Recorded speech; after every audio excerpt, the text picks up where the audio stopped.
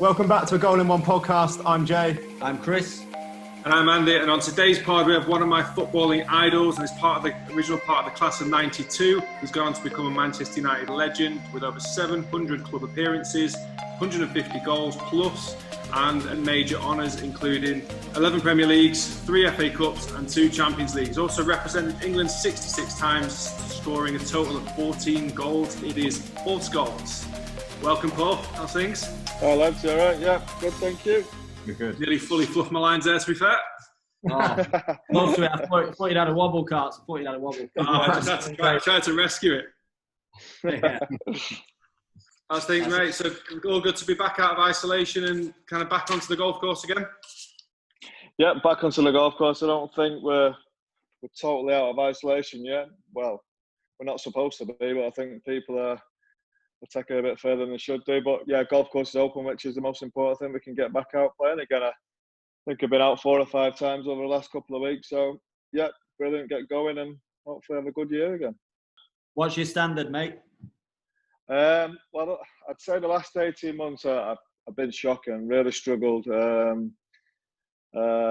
These last couple of weeks, it look like it's coming back together a little bit, I suppose. I play off 7 now.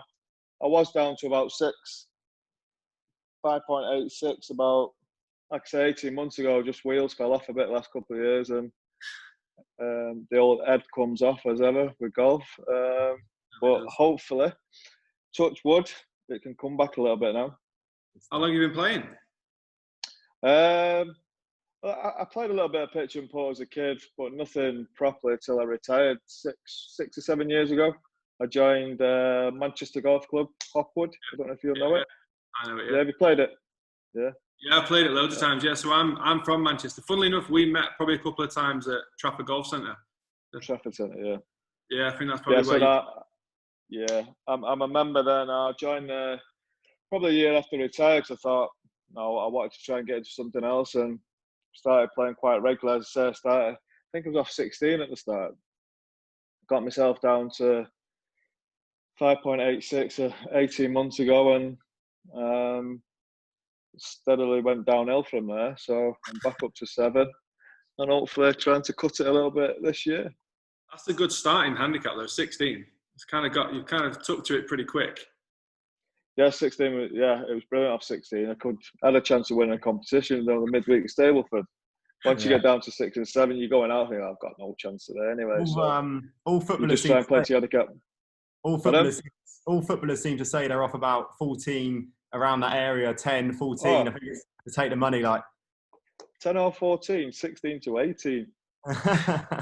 Every time we had a golf day when I didn't have an handicap, it was off 18. Me and Nicky Butt cleaned up. I used to work. One of my colleges, I used to work at. I used to go to Minesco College, and every year we used to go to the Alex Ferguson Golf Day at Mere. So that's probably before you were playing, then, was it? Yeah, it was before I was playing. I think I did actually play in it once, but yeah, no, I wasn't really playing golf then at all. So I think he's had it the last couple of years, but I think I'm always away. It's the same time the kids are off school, I think. So I've not managed to play in it, but I believe it's a good day. Raises a lot of money for charity. Great course, Mere as well. I've always liked it there. They have a good night and stuff. So hopefully in the future can get down there and have a game. Yeah, we carried first year I did it. We carried for Jimmy Nesbitt. So he was literally right. Yeah. Second hole in. He's saying to the drinks bug, he's like, "I want to see you on every tee," and he just got us paralytic. I like to drink. You know what? Actually, I think I was supposed to play with him actually, and I couldn't because I was on holiday. I was gutted. What's he like as a golfer? Is he all right? He was a better drinker. I think we all are, aren't we? Yeah, I'm borderline. At best. You're getting lessons at the moment, are you? Off Sophie Walker?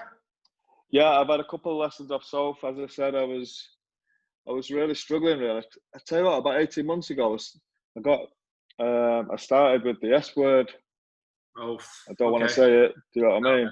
So I'm really badly for 18 months, and I still do the odd one here. I played 5 times the last couple of weeks, and I did my first one today. And normally on the first hole it was as well. I hit a nice drive and then did that with my second shot. I like 50, 60 yards in. Did that with my second shot, and I thought, here we go. wheels going to come off, my head's going to go. But I got over it. And no, she's helped me with all the video stuff, and she's really helped me get rid of them, nearly get rid of them. Yeah, so no, she's been a big help. I like her as well. She's a good girl. Everything's nice and simple. And when we're up and running again, I'll get some games in with her and hopefully a few more lessons. Yeah, I think especially once you get into the S words, they're short. I've seen them. Thankfully, I've never really had them. I've hit a couple of power ones now and again, but yeah, once you kind of get stuck in the 18 months, I'm surprised you still kept playing. Well, exactly. The amount of times I thought, I'm not coming back here again. No chance. You're allowed to swear on it? Oh, yeah, yeah, well, every time I play, I'm like, fuck it, I'm not coming back. But I don't know. I just like what I love playing the game. So even though they were doing me head in and still do me head in to a certain degree now, I just love playing it. I just want to get even as a coach, when you see somebody that comes in for a lesson, it's probably the worst lesson as well. Someone comes in and goes, I've got this, and you go, oh no. Yeah. You think this is going to be this is a tough hour. This, especially if you can't get rid of it. Yeah.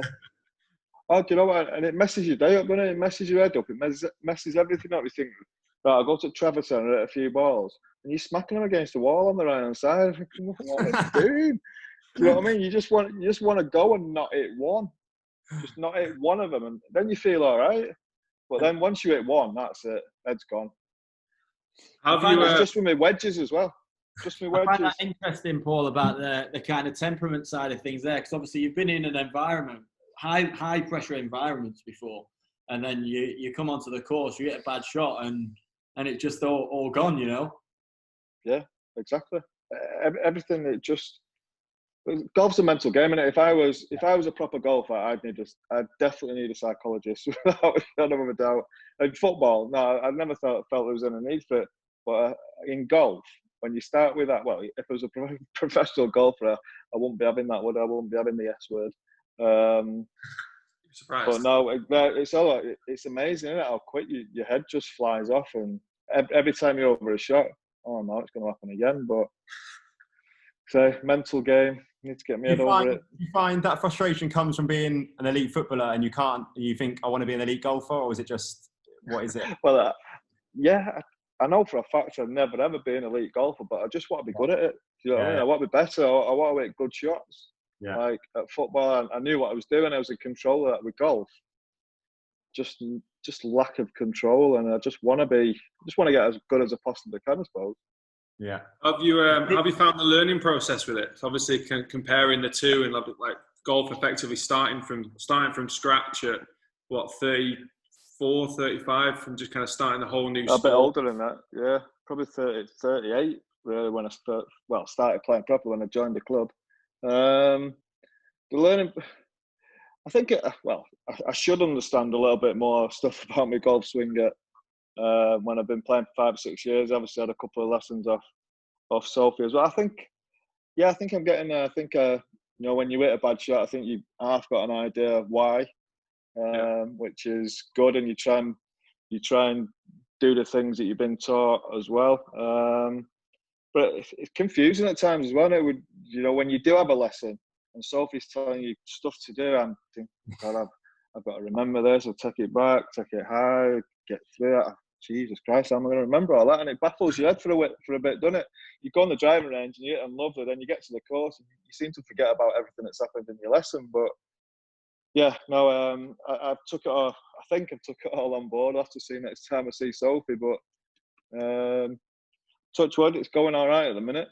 Are you quite a visual learner then? The same as sort of like say playing a pass in comparison to kind of hitting the ball, like the kind of the physics of how the club should come into the ball, and you kind of think of it that way? You're quite visual, or?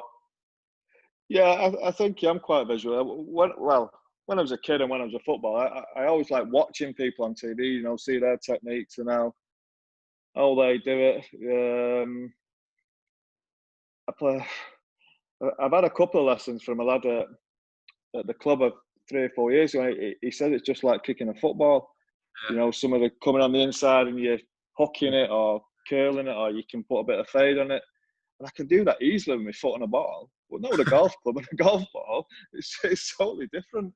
So yeah, I'm visual. Look, I've got the golf channel on all day when I'm at home. It's the only channel I watch and try. I know it's a different world, and of course, as I played with a couple of them, to see them hit a ball, it's just incredible, isn't it? So you have to try and learn and pick up stuff as you go along. So you've touched there, Paul, on playing with a couple of the guys. We noticed off your Instagram you played with McIlroy. How was that experience? Yeah, it was brilliant. Played a couple of times with him now at Wentworth. I didn't play that well with him, to be honest with you, but just to walk next to him, you know what I mean? I didn't even care about playing, just to watch him hit a ball. I don't know how close you have been to him while he's played, but it's just incredible, isn't it? How high it's just ridiculous. I remember the first hole at Wentworth. It's like a 500-yard par 4 or something, and I think he hit a 3-wood. I think he had about 240 left, and I stood up to Wayne Riley, Radar, the online commentator. He said, "Watch this." So he pulled a 4-iron out, 240 yards. I swear to God, I've never seen a ball go so high in my life. It was ridiculous. It was up in the clouds and it just landed on a sixpence. It was just, I could have gone and walked home then, you know what I mean? I'd seen enough. It was just incredible. And not only him, Luke Donald played with him, Ian Poulter, great lads as well. And the standard, the quality of the show, it's just brilliant. I'm just jealous walking around watching them. I always wonder on that first tee at a Pro-Am, mate, how nervous are you? It's horrible. I say every year, I'm not going back there again. Because you're on the practice screen watching them all tee off, and you think, oh, for fuck's sake. And then they announce your name and stuff, don't they? He's done this, he's done that. And I think I played 4 or 5 times now. I hit a bad one last year, a really low, skinny one last year. But other than that, they've been okay. But yeah, you know what? It's not nice. And you know what? Funny enough, on the Tuesday as well, we always go down the night before and with a couple of mates, and we play somewhere on the Wednesday. We always end up having a right few drinks on the Tuesday night. So you're getting up early Wednesday morning to play with McIlroy. You're still a little bit groggy, you know what I mean? So it takes you a few hours to get over that. I wouldn't mind playing Wentworth with being half sober one time. Yeah. Stuff. Obviously, if we put Rory in the category of you in terms of football, what league are you in? What league are you in then in terms of football and golf? So Rory's Champions League winner. Oh yeah, Rory's Messi or Ronaldo, isn't it? What would I be in? What do you mean? I'd be League 1, League 2. League 1, yeah. Possibly League 2 at the minute. Yeah, last 2 years definitely League 2. Maybe even non-league last couple of years. Do you think that gap between amateur and pro in golf is so big? Yeah, it's stupid. Huge, yeah, it's ridiculous. And I know a couple of lads have tried, haven't they? I think Lee Sharp had a go. Julian Dixie have a go as well. Jimmy Bullard. Jimmy Bullard, yeah. Well, they're brilliant golf, so I don't know if they're off scratch or something, but you've got to be off +4 or 5, haven't you, really, to have any hope of being a golfer. The talent is. There's a young lad at our club now I think he's off +4 trying. He's 21, I think, and you've got to be special, haven't you? It's a special talent, and to get on the tour, you've got to be Ronaldo or Messi in the football world. Yeah. Who are the main kind of people that you're playing with from football circles, mate? Who's got a bit on the course? Ryan Giggs quite a bit. I think he's playing off 10, 11 or 12 or something. He's around that area. But again, he didn't take it up till late. He was a lot later than me, actually. He's only been playing 2 or 3 years. But yeah, when he plays well, he can play. Nicky Butt as well. Phil Neville. He can play. Well, one of them is good at everything. He played a bit of cricket, didn't he? I think Gary was very good when he was younger as well, but he just ain't got the time for it anymore. I just don't think he enjoys, not speaking on telly for 4 hours, so he can't play golf. But no, yeah, all them type of lads. Obviously, we can't play with each other now because we're members of different places and it's members only. So yeah, I play with a very good player, a mate of mine called Gerrard Clark. He's a really good player, scratch golfer. I play with him quite a bit. I think he was very close to the Lancashire team with Tommy Fleetwood and around that era. So I play with a good player. So I've got someone to learn off, just not learning very well. stuff. You touched on the current situation there and the lockdown and everything. How do you, obviously Project Restart and all that sort of stuff, how do you think it's going to affect the football world, mate? Well, we've seen it in Germany. I mean, do you know what? I think the games have been good, been really good to watch. You know what? I think we're all going to be German experts, aren't we? I haven't watched a game in Germany for ages, unless it's Bayern Munich or Dortmund in the Champions League. Yeah, I think the quality of games, there's been plenty of goals, plenty of excitement. Okay, there's no crowd there, is there? Which is frustrating, but I think it gives us encouragement to get the game going over here. I think. No, they're talking June the 19th over here now, aren't they? An extra week, but I don't think they need it. I think June the 12th. These players are so fit anyway. You know, they're not drinkers. They're not like, you know, when I first came into a squad, the lads were in the pub 2 or 3 times a week. It's just not that nature anymore. The lads are so fit. They look after themselves. They've been working hard. They've got, what is it now? Nearly June the 1st. They've still got 2 weeks to get themselves ready for a game. It's plenty of time. Look, they're not going to be. Whenever they come back now, they're not going to be fully, you know, match fit. But the sooner you start playing, after 2 or 3 games, you're fine. And with the 5 subs, that'll help as well. It's just like pre-season games. You can change half your team. So, yeah, I think June the 12th will be fine. It looks like June the 19th, but I'm not sure what they're waiting for. And obviously, as a Man United man, Liverpool top of the Premier League, Leeds top of the Championship, mate. I know Carts is hurting. What about yourself? Yeah, it's not ideal at the minute, is it? I don't mind the Leeds thing. I want Leeds to come back in the Premier League. I think it's a brilliant club. It's always a brilliant game as well. It's a hostile atmosphere when you go to Ellen Road. There's not a lot of love lost between the two teams. But I love that rivalry. I love going to Ellen Road. I loved it when Leeds come to us. The fans are mental, aren't they? But they're brilliant as well. Great atmosphere there. I'm desperate for them to come. I've been for years. I always think that fixture's brilliant. And Liverpool, look, you've got to take hats off. They've been, what are they, 25 points clear or something? It's stupid. It's ridiculous, really, that nobody has got that close to them. And it's only a matter of time before they win it when we get back going. But, you know, let them have it this year and hopefully we can get a little bit closer next year. Yeah. The top end of the football pyramid seems to be all right, or seems it's going to be okay. It's more the bottom that people are talking about. Obviously, being involved with Salford, how do you think, how's that implicated you guys and all the struggles with it? Well, just the same as every other club, really. It's difficult, isn't it, with no income from the crowds. We're lucky in a way. We've got a club that is quite sustainable. You know, we've put money in. We've had an investor from the Far East as well, which has helped. David Beckham's come in and helped as well. So, yeah, we'll be fine. And I know a lot of clubs are really going to be struggling from June, July, which you can understand if you've not got crowds coming through the gate. They've got a wage bill to pay. You know, where does the money come from? We just hope they can survive. We know the league's been cancelled now. It's been called off. Saying that, I don't know if that's official yet, is it? I think it's 90% of the way there, yeah. Yeah. So I think it'll be done. We can hopefully get started in August again. Get crowds coming back.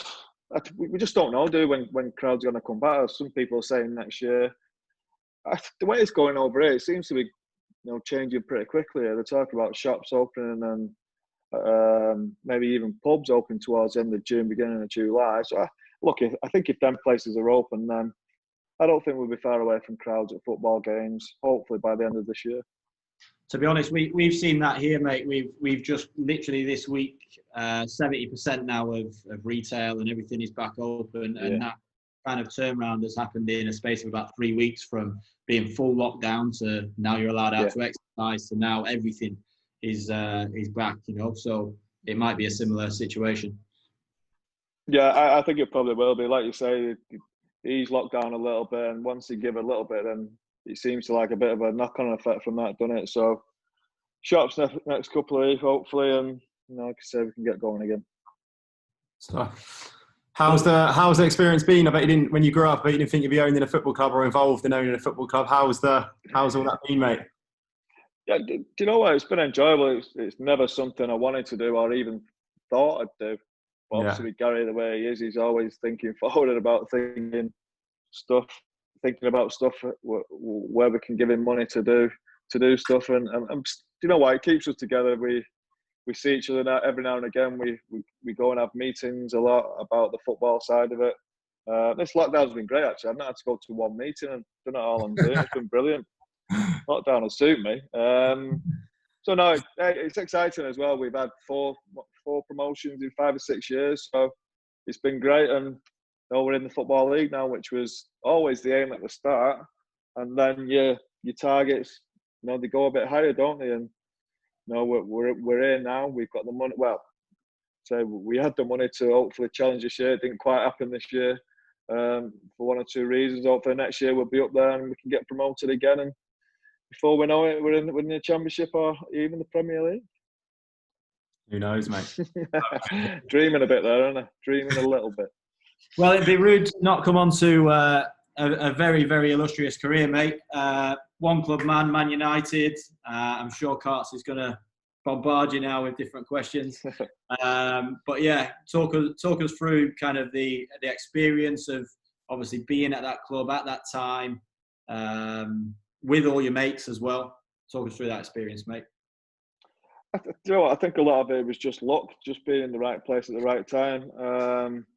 With so many, like you say, my mates, I was playing with some of these lads at 13, 14, with Nicky and Gary and Phil as well. Ryan was obviously, he was always a little bit further ahead of us. He was, at 16 years of age, he was almost a professional footballer already, whereas we were a little bit later, like 18, 19. But no, the experience was amazing. You never actually think as a kid, you want to be, well, I wanted to be a footballer, but I suppose it's like a good golfer thinking, I want to be a golfer. You just don't know what the standard's going to be, how good you have to be to make it. Unfortunately, the manager, we had a manager who believed in young players and wanted to give us a chance because we knew we had a good team at 16, 17, 18. When you're beating everybody every week, you have to realise that, look, there must be something special about this team because we're winning every. But I can't remember getting beat as a under 18s player at United. So then, obviously, when you've been so successful, winning youth cups and what have you, winning your leagues in kids level, as I said, it's down to a manager then to want to give you or be willing to give young players a chance. And he gave us a chance that year with Alan Hanson's famous quote. Obviously, he got rid of 3 top players. You think about Paul Ince, Mark Hughes, Kanchelskis. These were all brilliant players. Mark Hughes was probably getting towards the end of his career. But Paul Ince was still in the prime of his career. I think he go to Inter Milan, I think, from there. So, and Kanchelskis, what a footballer Andrei Kanchelskis was as well. So, no, we had that. He believed in us. Probably wondered what the hell he was doing after the Aston Villa game when we got hammered. But no, we managed to prove him right. And as his team did, when he had his team of Brian Robson, Roy Keane, when they won the league, you had to come back the next year and be ready to do it again. And he demanded that. He demanded that from you. The desire always had to be there, and if it wasn't, you were gone. So, no, just like I said, just very, very lucky to be around so many great players at a time when the club was so successful. You kind of look back on a lot of the games now and just kind of reflect on games and goals or anything like that, or are you just kind of one of those that kind of puts it in the past? Well, yeah, it's still a part. Look, I do think about it. Of course, being a footballer I absolutely love being a footballer. It's the only thing in my life that I ever loved doing, to be honest with you. For 7 or 8 years, obviously golf. I love playing golf. If you play well, I love it. It's great. If I don't, it drives you insane.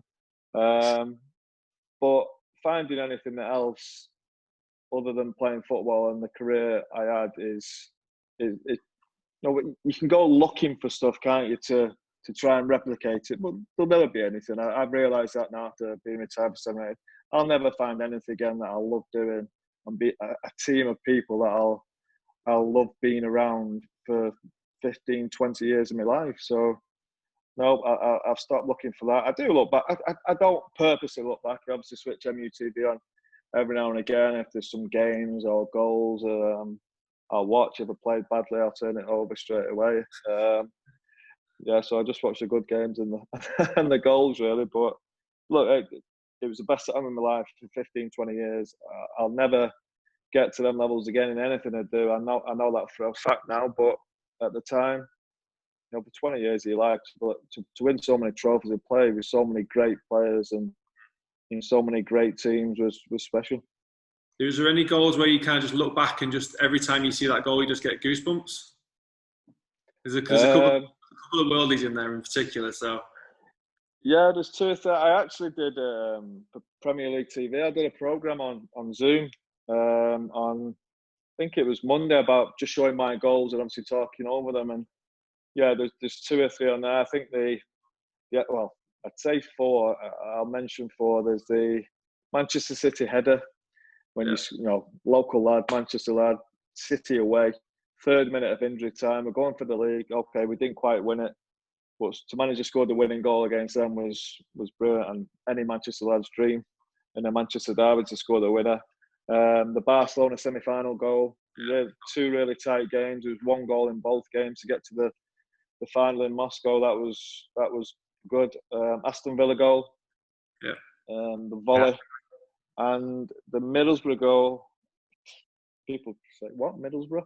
But no, that was one of my better goals as well. So. I see lads' faces there. Middlesbrough, what's he on about? I'm trying to think of it. Yeah, that's one of the better guys. It's like it came over from the right hand side in that blue kit, and it's just the camera angle from the back that makes it look better than it actually was. But yeah, I'd say there's a difference between your favourite goals and the most important goals. That Barcelona was definitely the most important. Yeah, I was there. I was at the Barca game. Was you? Yeah, I was there. That was outrageous. Home and away, or no. Home? You know what? The only ever away game I've been to, other than Wembley, which I went to pretty much every Wembley, was City away, where we got beat 4-0. So that was quite a recent one. Stayed away after that one. that was quite recent. Was it? I don't remember that. I think it was it's only about 4 or 5 years ago, to be fair. Oh, was I not playing? No, you weren't playing. Oh, good. Yeah. I think we got beat 4-1 there when I was playing. So you touched there on that Barca game, mate, and obviously that was a fantastic team. But throughout the years, you've played against many, many hard opponents, very talented players. Who was the one that when you saw that team sheet, you just used to think, oh, God, here we go. Run for a run around here. There's a few of them. They weren't just the one.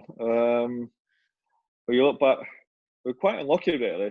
In any other area, we might have won 4, 5, 6 European Cups. But the teams that are about, you think of Guardiola's Barcelona teams. Yeah. Jesus, how good were they? You can go right through the team.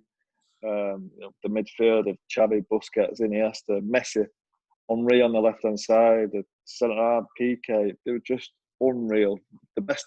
They're without doubt the best team I ever played against. And they're probably one of the best teams there's ever been.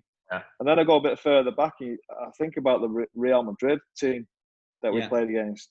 Yeah. Jesus, we got absolutely battered there in the Bernabeu one year. I think it might have been 3-0, 3-1 it might have been in the first game, and what a team that was. That was. I wouldn't. Yeah, it's not far away from that Barcelona team.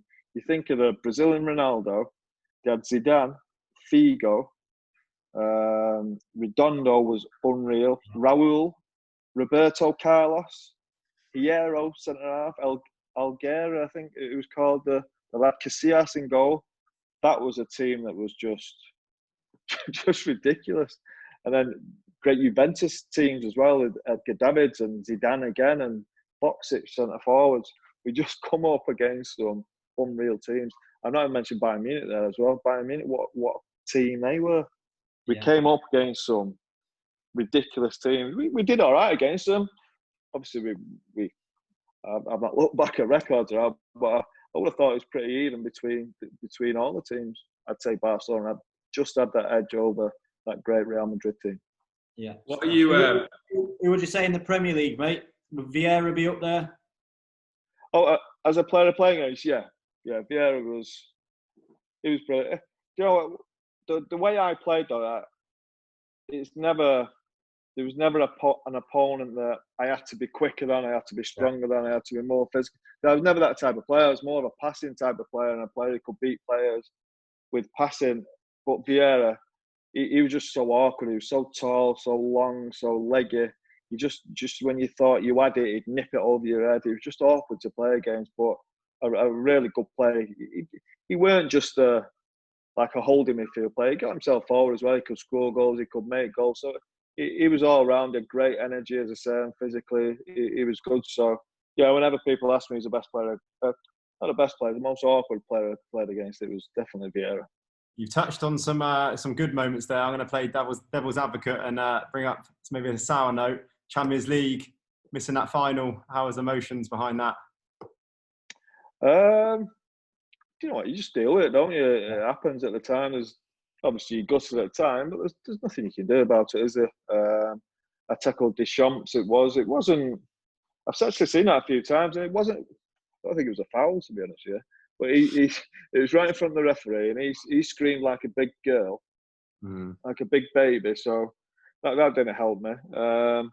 So that got me booked, and I missed the final. But you know what? It was a great year. Anyway, we had. I might not have even played in the final. You just don't know. We had massive games. We had the big game against Tottenham to win the league. Then the FA Cup in between that on the following Saturday.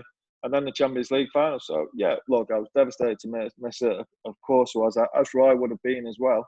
But it didn't matter who was missing. We still had the capability in the squad for whoever's missing, somebody can fill in and do just as good a job. On the day itself, did you separate yourself from the rest of the lads, or did you try and stay involved with it all, or did you just stay as normal? Yeah, we stayed as normal, really. I'd say probably the night before, a couple of nights before, me and Roy had a few drinks together because I think he had a couple of mates in town as well. So we had a couple of drinks with them. We didn't have to obviously be in bed for 9, 10 o'clock and prepare that way. But no, we tried to prepare as we would do for any game. We trained with them, or I trained the night before. And I think Roy was injured anyway. So he got injured in the cup final, the FA Cup final. So thinking about it, he'd have been struggling for the Wednesday anyway. But I just trained as normal, trained with the lads and did everything the lads would have done. As I said, me and Ryan enjoyed a couple of nights in Barcelona, but no, we were fans, and we were just United fans in the crowd, and for what happened in the last few minutes was ridiculous. We were just going as wild as anybody else was in the stand. And then obviously England as well, mate. Been to a few major tournaments there with England. We had Emil on recently as well, talking around that kind of 2001 Germany game. What are your memories of that era, the Sven era? Look, we had very good players. I mean, there's no doubt about that. But again, just very good players. But other countries probably had better players. When I'm talking about them, Barcelona, Real Madrid, internationally, you had Spain. You had virtually the Barcelona team. I don't think Italy were as strong, but still good. Germany were never as strong, but never as strong as they usually have been. But they were still difficult to play against. I mean, they're still robots and some really good players. And the France team, think about the France team with Zidane, Laurent Blanc, Henry, Vieira, Petit, Pires. We thought we were good, but we were just nowhere near as good as them. Well, not I said nowhere near. We weren't far off them. They were just better than us. When you talk about England, there, what's the first emotion that comes to? Do you like talking about it, or is it something like, here disappointment? We go? Disappointment? It's disappointment. Yeah, because I think the capability in the squad was to maybe get to finals at least. Do you know what I mean? Okay, we might not have been as good as Spain or France, but not to reach finals of a World Cup or finals of a European Championship was, I just look back on England as a big disappointment for my career. That's the ultimate word to think of. And how close were you? Capello gave you a call, didn't he? 2010, obviously well documented. How close were you? Yeah, well, he didn't actually give me a call. It was Stuart Pearce who gave me a call, and his assistant was at Franco Baldini or something. I think I was very close because I felt I was playing really well. I was confident at that time, which is why they called me, I suppose. And I just felt, look, if he wanted me that desperately, he would have rang me himself, or come and have a coffee, say, but this is why I want you. This is what I want from you in the tournament. I never got that. Stuart Pearce just asked me the question. I said, look, I'll think about it. And ultimately, I just decided against. Look, lads have been away for 2 years. You know what I mean? Trying to qualify for this competition. They've been in tough places, trying to get results to qualify for the World Cup ultimately. And then one of them would have had to have been left out for me. I just don't think that was right. How the people in the squad would have took it if I did do? I don't know, but I just didn't think it was right. Yeah. Well, I watched the Germany 4-1 game the other night, mate. So we probably missed you that day. I'm not sure about that. They were a good team. That Germany were good, weren't they? Very good, in mate. That World Cup. That's when they had the very young team. Yeah. And then they won the next one, didn't they? Yeah. Everyone always talks about that midfield debate and who should be in there, could be fit everyone in and stuff. Just in your opinion, Gerrard or Lampard? I was waiting for this. I can't go a day without someone mentioning Gerrard or Lampard in my life. What's it got to do with me? I bet he's been asked this question a million times. I read about it. I've been retired for 8 years. I'm not asked. Someone talk about something else. But they were both brilliant players, weren't they? Both sensational. Different types of players. Frank's the best goal-scoring midfielder I've ever seen. And you think of some players like Brian Robson, he was a brilliant goal-scoring midfield player. But Frank at Chelsea especially, what he did there was incredible. Well, he had the foundation. He had Makelele sat behind. He didn't really have to defend. He was playing more of a forward player, and he was brilliant at it. Whereas Stephen could do everything. You know, he was athletic. He could get up and down the pitch.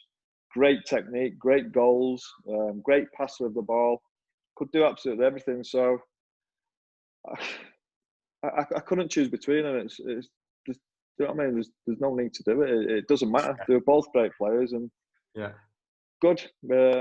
And I don't know what they think of their England careers. They obviously went on to win 100 caps and stuff, what have you. But I think everybody around my era would be disappointed with the way it went with England. Other than maybe Gary Neville, who played in Euro '96, and they really should have won it, shouldn't they? Getting beat in the semi-final. Other than that, you never know. I'm different. I might see it totally different. I was just very disappointed that in my England career, but like you say, some get 100 caps, and they might see it different. They might see their England careers as a success. But I think for it to be a success, you have to be at least close to winning things. And what was the closest we got? They get to quarter-final in Japan and Korea, and Brazil beat us. And you think about it, if we were 1-0 up against 10 men, you never really got to have much better chance of beating Brazil in the World Cup than that. And we fell short there as well. Yeah, until Rivaldo gets his left foot out, mate, and then it's game over. Yeah. And Dave Seaman decides to let one in. Only joking, Dave, if you're watching. I'm only joking, mate. You actually came out to Dubai, didn't you? Before that World Cup, you were here in the infancy of Dubai. It wasn't like it is now. Yeah, we did, and again it was like 44 degrees. You know, but we had to train in that weather. Jesus, I think we trained at 7:30, 8 o'clock in the morning. Or something, it was ridiculous. I was there for a week with Sven, wasn't it? Before we flew to Japan and Korea. Yeah, you know, we actually bought houses there. Yeah. Remember before the Palm was built? Yeah. That all the plans were there, and they decided to give us like a little offer on the Palm. So a few of us bought houses there. Obviously, with my colouring, I didn't go to Dubai that often, especially in the summertime. But that was a great place. We loved it. We stayed at the end of Jumeirah Beach. Good training camp. Good atmosphere at night time. I love the place. It was a great place, and especially now for golf. Dubai's amazing. Them courses are just incredible, aren't they? Yeah, you were here this year, weren't you? Because Sophie asked me in February. Yeah, to get you some of the golf courses. Which one was your favourite? I like the Ernie Els one. Oh, yeah. I like the last one we played. What was that, Jumeirah Estate? Where they had the road to Dubai or the race to Dubai? Yes, that's where I coach, Jumeirah Golf Estates. Right. Yeah, that's right. That was incredible. Yeah, that's where I work at. It's unreal. Yeah, I love that place. Even playing it every day, it doesn't get boring. It's bloody hard. I can imagine. I would play it every day if I could. Some place, it's a great place. No, the big difference over there. The clubhouses are amazing as well, aren't they? Yeah, it is. Some of the shitholes we have over here And then, they're just unreal there, aren't they? They go in the locker rooms. They're just amazing, aren't they? They're brilliant. It's five-star everywhere. Yep, exactly. Talking about the golf, wasn't there a you holding a bunker shot live on TV? Have you seen that? Yeah, have you seen that? Have I? Hey, I've watched that more than I watched my goals back. I was about to say, where does that rank? Oh, that's right up there. I think someone told me actually. Yeah, someone told me a few weeks ago that they actually got the most hits on. Is it the European Tour golf video or something? Even more than McIlroy and all the top stars. Mine's got the most hits, the most views. So I'm so happy with that. Happy with that. I think it was very. You know what? I was playing shocking. I'd been terrible all day as well. And Andrew Coulthard, he came up to us on that hole. I was playing with Michael Carrick. So Michael Carrick hit a 6 iron from the fairway. So he talked to him about his shot. Michael Carrick hit a really good shot. Actually, obviously, can snap up to mine into the bunker on the left hand side, and he came over to me for the bunker shot. And as you know, I was going to say, it was very calm. History, isn't it? It was very calm and confident. Very audacity of it. It was just enjoyable. Very enjoyable. Yeah, it was brilliant. To do it well, McIlroy was watching as well. It's brilliant. Yeah. You say nothing better than kind of playing badly, but as soon as the camera's on, you pull that off. Yeah. Yeah, I had a few mates as well, and they couldn't believe it. They were dying for me to thin it over the other side of the bunker, and they said, "You lucky bastard." It was just perfect. Under pressure, isn't it? Yeah. Carts, we got a few questions through on the Instagram, didn't we? We did indeed. So you're probably just going to get these up now. There's a couple of questions that we put on Instagram yesterday for you to kind of answer, and we'll kind of tag the people that have asked them in it as well. So first one is, who did you love to score against the most? So there was a lot of rivalries for United kind of back in the day, Leeds, Newcastle, City, obviously Liverpool. Is there a team that kind of, just before you go out and play, you just think, I'm dying to score against these? I wanted to score against all of them. Obviously, Liverpool would be a big... I hardly scored any against Liverpool. I might have only scored 2 or 3 in my career against Liverpool. That was shocking. Obviously, Arsenal when we challenged the league. I'd say City. Just it's a big derby. I know they weren't in our league. We weren't even in our league for a lot of my career, but once they started getting into the Premier League, scoring Manchester derby, scoring goals in that game was the biggest for me. Yeah, that kind of leads on to the next one, because obviously as a United fan, everyone always kind of says, like, who do you think your derby is? Like, is it City or is it Liverpool? And for me, I always kind of edge towards Liverpool, just because I'd rather beat Liverpool than beat City. But what about you? It's so difficult, isn't it? I think it changes whoever's closest to you. Whoever's going for the league with you, I suppose. So even Arsenal at the time, we hated Arsenal, or Chelsea. It's just whoever. Do you know what? I think that City Liverpool, it's so difficult to answer. Beat both of them. I don't want to lose against any. There's no. Because I'm a Manchester lad, I do think a little bit beating City more important. Then I think Liverpool is that rivalry is it's more hostile than the City one, I think, isn't it? And with City not being around for, I'd say probably the next 20 years, City might become a big one. Although Liverpool, not a bad team at this moment at a time, are they? So impossible to answer. Sorry. All right. What's the best football stadium you played in? Or even just for atmosphere as well, like one where you're just kind of excited to go out? Old Trafford. Old Trafford. Wednesday nights at Old Trafford. Other than Old Trafford, yeah. Big European nights at Old Trafford were brilliant. I love playing at Newcastle. That was a great stadium. Fans were mental. Leeds, a little bit old-fashioned, but great banter from the crowd and great rivalry there. Liverpool again. I tell you, the best ground, not so much atmosphere, but the best new ground I've actually been to and played in was Bayern Munich. For actually facilities and the actual look of the stadium. Bayern Munich was incredible. Do you remember like specific nights and like from the Champions League nights? Because I've always got one that kind of stands out to me. I had to go back onto YouTube and find out exactly what year, but it was the Juventus game. You actually scored at the 97-98 group stage. Del Piero scored after like 20 seconds. At home? At home. Game. I remember going to that game. We were late into the stadium, so we were already 1-0 down. 1-3-2. And I remember like the stadium was just rocking for like 5 or 10 minutes after the full-time whistle. It's the first time I'd ever seen it just stay full afterwards. Yeah.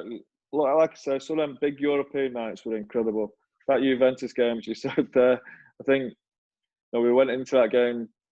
I don't know if someone might have been man marking Del Piero. He scored after 1 or 2 minutes or something. Fucking hell, that went well. So that goes all out. That all goes out the window. And yeah, I think I scored as a touch of offside, I think. But no, I scored, and as you say, the atmosphere them nights were brilliant. Not just Juventus. Well, Juventus a few times. You had a few games against them. Yeah, Barcelona, it was so tense now because both games were 0-0, and that semi-final, they had a few chances towards the end. He was hanging on. Again, that was brilliant. But there's loads. I'd say all them big European games. Real Madrid. Okay, I think they did beat us at home, but I think we beat them at home once as well. I might have drew with them. 3-3 against Barcelona in the group stage. There was just some incredible nights in them European games.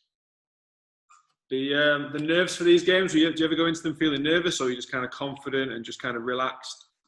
Nervous in every game. I like to be nervous in every game. I think the minute you're not nervous and there's something wrong, do you know what I mean? You're playing for Man United and in front of 70,000-80,000 every week, and you have to win. If you don't win, it's a complete disaster. You know what I mean?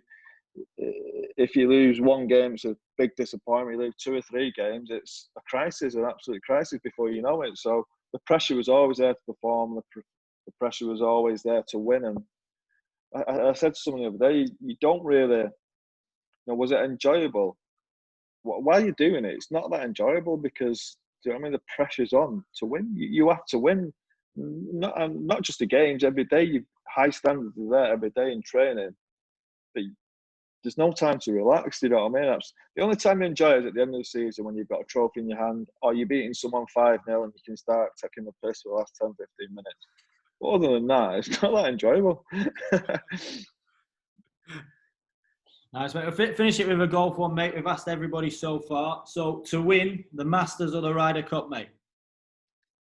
Oh, well, it's a team and an individual, isn't it? Both. You can win both, can't you? Can't pick both, mate. Can't pick both. The Masters. I say I'm a team person, mate. I'm very much a team person, but now the Masters, definitely. The Masters. Every footballer's been unsure on them. Some say the team event, some say they've been in a team their whole life, so they'll go Masters. But yeah, I know it's a team event, but the Masters. Yeah, golf's an individual. Golf's an individual's game, isn't it? Really. And you've been in a team your whole life, so. Yeah, forget the team. I've done enough of that team stuff. What about the Masters or the Open then? Oh, the Open. Yeah. I'm an Open expert as well since this lockdown. I've watched them all on Sky last 20 years. Fucking hell. If I ever go on Mastermind, it'll be the British Opens. Nice, mate. Nice. Thanks for all that, Paul. Really good chat. Really good chat. Cool. See you later. Cheers, lads. Thanks a lot, Paul. Bye. Thanks, mate. Massive thank you to Paul Scholes for joining us on a Goal in One podcast. Fantastic episode, great insight to his golf, his football, his career. If you've enjoyed it, please do give us a 5 stars and follow us on the social media platforms. And we'll see you again in the next episode. Cheers, guys.